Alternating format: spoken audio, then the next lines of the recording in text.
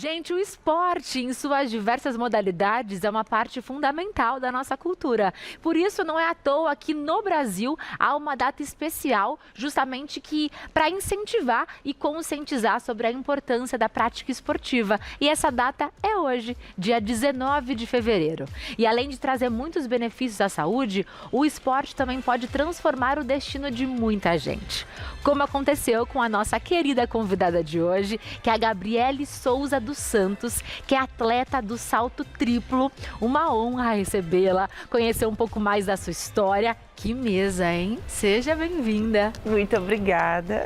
Você foi à Olimpíada, Sim. Você participou da Olimpíada. Sim. E eu vi uma entrevista sua que você disse que era uma honra estar lá, que o esporte ele transformou a sua vida, que ele te salvou da realidade que você vivia. Eu queria que você contasse pra gente como era a sua vida antes do esporte e depois que o esporte entrou no seu dia a dia.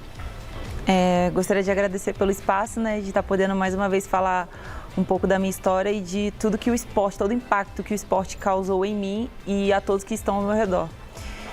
Assim como você viu na entrevista, realmente o esporte ele teve um impacto muito grande na minha vida, porque eu nasci e cresci dentro de uma comunidade carente no Rio de Janeiro, né, periférica e tudo mais, de família muito simples, pobre, né, e vivia num coletivo de pessoas que não tinham muitas expectativas de várias coisas na vida. Por exemplo, estar fora do país competindo numa Olimpíada era uma coisa que nunca passava pela minha cabeça. Na minha família não teve outras gerações de atletas, eu fui a primeira atleta, então tudo se iniciou ali a partir de mim. Então, assim, o esporte ele me abriu um leque de possibilidades e foi a partir desses primeiros passos que eu entendi que eu poderia realmente conquistar o mundo. Nós temos um vídeo muito emocionante do momento que o seu pai descobriu que você ia para a Olimpíada. Foi. Esse vídeo foi gravado em um supermercado. Vamos rodar? Foi. Porque ele é lindo demais. Aê, pessoal, muito boa tarde. Tô muito feliz porque minha filha vai para as Olimpíadas em Paris. Valeu, gente! Dali Brasil! Gabriele Souza, salto triplo!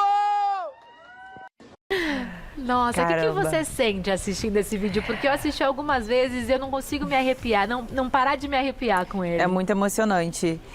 Como eu falei pra você, o esporte ele transformou não só a minha vida, mas a vida de todos que estavam ao meu redor, principalmente dos meus pais. Porque é muito tendencioso que os pais gerem algum tipo de expectativa positiva em cima dos filhos. Eu não alcancei lugares grandes, mas eu quero que os meus filhos cheguem em lugares grandes. Então, desde que eu era muito nova, quando eu já estava ali dando os primeiros passos no esporte, os meus pais perceberam que eu tinha algum tipo de futuro e que eu amava aquilo ali. E sendo o esporte uma causa social incrível, eles me apoiaram, naturalmente. Então, mesmo com toda a dificuldade econômica que a gente passou, dificuldades sociais, limitações, entre outras coisas, os meus pais sempre me apoiaram. E o meu pai, ele sempre foi muito fã da minha vida no esporte. Eu não via assim ele vibrar por muitos atletas, jogadores de futebol e tudo mais. Mas quando eu estava competindo, meu pai era assim, exímio na torcida. Ele é o seu fã? Ele é o meu fã, meu pai, caramba, assim, eu não sei falar.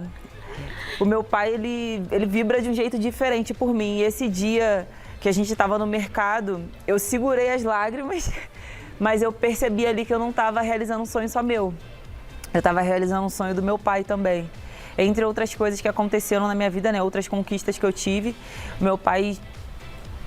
eu percebi o meu pai realizado através de mim. E não necessariamente que isso seja uma regra, que os filhos tenham que satisfazer a vontade dos pais, realizar os pais. Mas é muito gratificante, dá uma alegria, um preenchimento tremendo quando você vê satisfação no rosto dos seus pais, em ver que você está crescendo, está se tornando um cidadão de bem, está conquistando coisas na sua vida, está pendendo para caminhos que são bons. Então, eu fico muito feliz em ver meus pais orgulhosos de mim. Isso é muito bom. E está inspirando outras pessoas. Sim. Até mesmo no que muitas pessoas poderiam dizer que foi uma falha. Porque nas Olimpíadas você não conquistou o que você queria. Sim. Mas você deu aula de resiliência. Sim. Você não conseguiu, então, saltar da forma como você havia treinado para. Sim. Conta um pouquinho pra gente desse resultado e a lição que você tirou dele. Eu sempre vivi cercada de muita resiliência. a pessoa mais resiliente que eu conheço na minha vida tá fazendo aniversário hoje, que é minha mãe. Mãe, te amo, um beijo pra você. Chama Selma. Parabéns, dona Selma. Minha mãe é uma mulher muito inspiradora pra mim. Eu me espelho muito na minha mãe, porque eu sempre vi ela muito como guerreira, lutadora, aquela que caiu hoje, mas levanta, sacode a poeira. Essa mulher aí, ó, essa negona linda, que sempre me inspirou muito e me ensinou muita coisa. Muito do que eu sei hoje, muito do que eu me tornei, eu devo à minha mãe, porque eu lembro que aos 16 anos, quando eu saí de casa, decidi, né, em conjunto com os meus pais, sair de casa, ela falou uma coisa pra mim que me marcou pra sempre, eu não consigo esquecer. Ela falou assim: eu já preparei você pra vida, agora você vai lá e vive. E eu só tinha 16 anos. Porque você saiu do Rio de Janeiro, se mudou pra São Paulo pra se tornar uma atleta de alto rendimento. Sim, porque foi a partir daí que eu comecei realmente a levar o esporte como algo profissional. Até então era assim, era algo mais recreativo, eu gostava, eu já tinha competido e tudo mais, mas assim, eu ainda ficava dividida entre outras coisas, né? Estudo, lazer e tudo mais, família. Mas quando eu saí da minha casa, eu falei assim, eu vou viver isso 100%. Treinar, competir, eu vou dar meu sangue para defender meu país. Então, o dia que eu saí de casa, minha mãe falou isso pra mim: eu já preparei você pra vida, vai lá e vive ela. E você se sentiu preparada para a vida nas Olimpíadas também? Porque imagino que a pressão deva ser gigantesca. Olha, não dá para explicar, é difícil falar assim, encontrar palavras para falar. Foi minha primeira Olimpíada, né? É difícil encontrar palavras para explicar o sentimento, mas eu acho que é algo que toda pessoa deveria, assim, ter um pequeno contato. Ou assistir uma Olimpíada, se puder competir uma Olimpíada, todo atleta deveria passar por essa experiência, porque é uma experiência que transcende você. Sair do Brasil já com os materiais para as Olimpíadas, estar no avião, chegar no país, tudo tem uma áurea assim, tudo tem uma áurea diferente. Então, assim, a Olimpíada foi uma experiência incrível para mim. Quando eu botei o pé na Vila, que eu respirei aquele ar, falei: meu Deus, eu tô vivendo aquilo que eu vi em 2008 a Malrin na TV. Eu lembro de ouvir o Galvão narrando a Malrin. E eu nem sonhava em ser atleta, né? Quando você iniciou no esporte, você imaginou que você chegaria tão longe? Não. O que te motivou nesse início? Não. Então, eu estava conversando ali nos nossos bastidores, né, a respeito do meu início. E eu iniciei o atletismo num projeto social, dentro de uma escola pública, dentro dessa comunidade que eu morava lá no Rio de Janeiro, com o professor Marcos e a professora Márcia. E esse projeto de treinamento de atletismo, ele acontecia ali nos períodos fora de aula, porque ele era feito numa escola. E eu vejo hoje que o grande intuito desse projeto era tirar as crianças da rua, né? Porque, infelizmente, às vezes é na rua que as crianças acabam ficando vulneráveis a coisas que não devem. E aí, eu lembro que a gente começou ali e, assim, eu lembro que o atletismo, ele era algo muito divertido para mim, muito gostoso, porque eu sempre tive uma predisposição, um talento. Do início eles já viram algo diferente em mim, então eu me destacava. Correr, eu chegava na frente, saltar, eu saltava mais longe. Então eu sempre estava numa leve posição de destaque. Então isso me deixava muito feliz, porque eu falava: nossa, estou me destacando em algo que é bom, vou dar orgulho para os meus pais. As pessoas se referem a mim de uma maneira positiva por causa dessa representatividade que eu estou tendo, né? Eu, na minha infância, era uma criança e, às vezes, deslocada de alguns grupos por ser negra, né? Ser muito magra e muito alta, né? Aquela coisa do bullying na escola, né? Que antigamente não era abordada, enfim. Então, eu era meio deslocada. Mas o esporte, ele me incluía em tudo. Todos me viam, todos me olhavam, todos tinham orgulho de mim e eu representava a todos.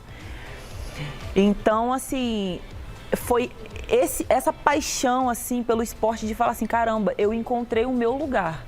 E isso transformou a sua realidade. É aqui que eu faço a diferença. É aqui que eu faço a diferença. Foi a partir daí que eu comecei a...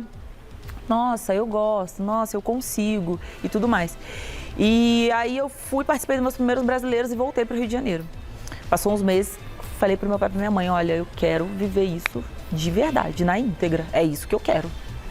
Mas você tá muito jovem, você é menor de idade. Minha mãe falou pra mim assim, a primeira vez que eu conversei: você não vai. Esquece que você não vai. E eu falei, mas mãe, e meu pai, minha filha, calma, vamos ver, vamos conversar e tudo mais. E eu lembro que a minha mãe disse pra mim que ela teve uma conversa com a minha avó, né, minha linda avó, vó Tereza, que me assistiu nos jogos também, que a minha avó falou assim, você não pode deixar a sua filha crescer dentro dessa casa sendo uma pessoa frustrada. Se isso acontecer com ela, lá na frente, eu vou te falar que eu te avisei. Minha mãe falou que essa fala da minha avó virou uma chave na cabeça dela e foi aí que ela decidiu me liberar, mas com condições, é claro. Claro, porque você era menor de idade. Porque eu era menor de idade. Mas é muito especial perceber como que um projeto social transformou a sua realidade, transformou a realidade da sua família, te abriu o olhar para o mundo e te apresentou um esporte que até então você não conhecia, você não tinha contato. E quantas medalhas, né, que você trouxe pra gente, uma pequena parcela, né, de tudo que você já conquistou na sua carreira. E estamos ainda contando, né? Porque temos em breve Los Angeles 2028. Sim, você estará lá? Los Angeles. Estaremos em Los Angeles. Assim como eu lutei muito para estar em Paris, eu vou continuar lutando para estar em Los Angeles, porque é um trabalho de 4 anos, né? Então, assim, a gente já começa a fazer pequenos cálculos, a gente já começa a fazer periodizações de treinamento. Tem toda uma estratégia por trás porque os Jogos Olímpicos, ele é o resultado dos últimos 3 anos, né, de trabalho. De muita dedicação. De muito trabalho e dedicação dos atletas, né? A gente vê. E de muitas provas, né? De muitas realizam durante esse período. Sim, sim. Então, assim, esse ano de 2024 foi um ano bem especial. Eu cheguei muito bem, assim. Infelizmente, eu não consegui uma marca melhor em Paris. Mas, assim, foi um ano muito bom pra mim. Eu melhorei minha marca, eu conquistei títulos, sabe? E você chegou lá, você levou o Brasil, levou a gente com você. Muito obrigada por isso, Gabriele. Foi um prazer conhecer mais da sua história. E vamos agora te acompanhar no @GabrieleGrillo. E muito obrigada ao Esporte Clube Pinheiros, que liberou a atleta para participar aqui do nosso programa. O Instagram deles é @ECPinheiros, @ECPinheiros. Muito obrigada.